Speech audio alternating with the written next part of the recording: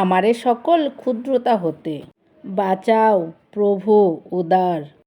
হে প্রভু, শেখাও নিচতার চেয়ে নিজ পাপী নাহি আর।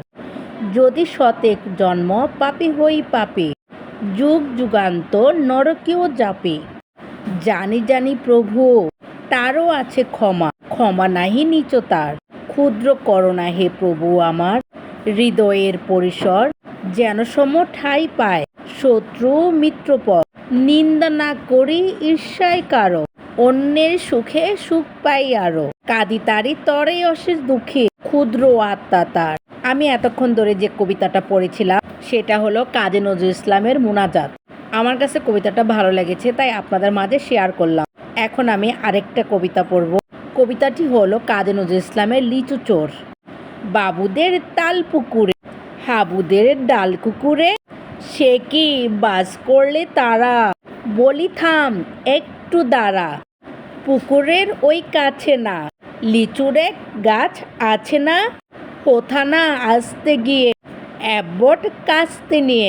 গাছে গো যেই চড়েছি, ছোট এক ডাল ধরেছি, ও বাবা মরাত করে পড়েছি সরাত জোরে। পড়িবি পর মালির ঘাড়ে, সে ছিল গাছের আরে। বেটা ভাই বড় নচ্ছার, ধুমাধুম গোটা দুচ্ছার।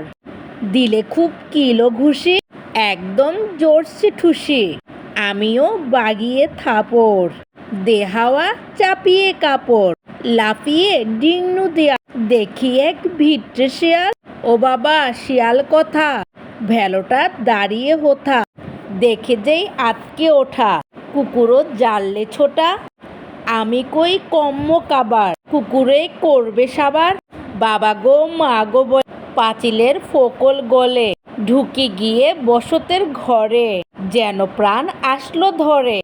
যাব ফের কানমলি ভাই, ফিরিতে আর যদি যা, তবে মোর নামই মিছা, কুকুরের চামড়া খিচা। সে কি ভাই যাই রে ভুলা, মালির ওই পিটুনি গুলা। কি বলিস ফের হপ্তা, তবা না খপ্তা। আসসালামু আলাইকুম। যে যেখানে আছেন আশা করি আল্লাহর রহমতে ভালো আছে। আমার শরীরটা ভালো নেই। সকালবেলা নাস্তা বানানো, তারপর বাজারে গিয়ে সবজি আনা। 11টা বাজে। আগের দিনের ভাত, পেঁয়াজ, কাঁচামরিচ, টমেটো, ডিম দিয়ে ভাজি করা। আমার বাচ্চারা এই ভাতটা খেতে খুব পছন্দ করে। জীবনটাই একটা পরীক্ষা, তার ভিতরে লিখিত পরীক্ষা একটা বড় পরীক্ষা। সামনে বাচ্চাদের বার্ষিক পরীক্ষা, পড়াশোনার খুব চাপ। চাপের ফাঁকেও একটু বাচ্চাদের খেলাধুলার ব্যবস্থা করা উচিত। আমার শরীরটা একদম ভালো নেই। আসসালামু আলাইকুম।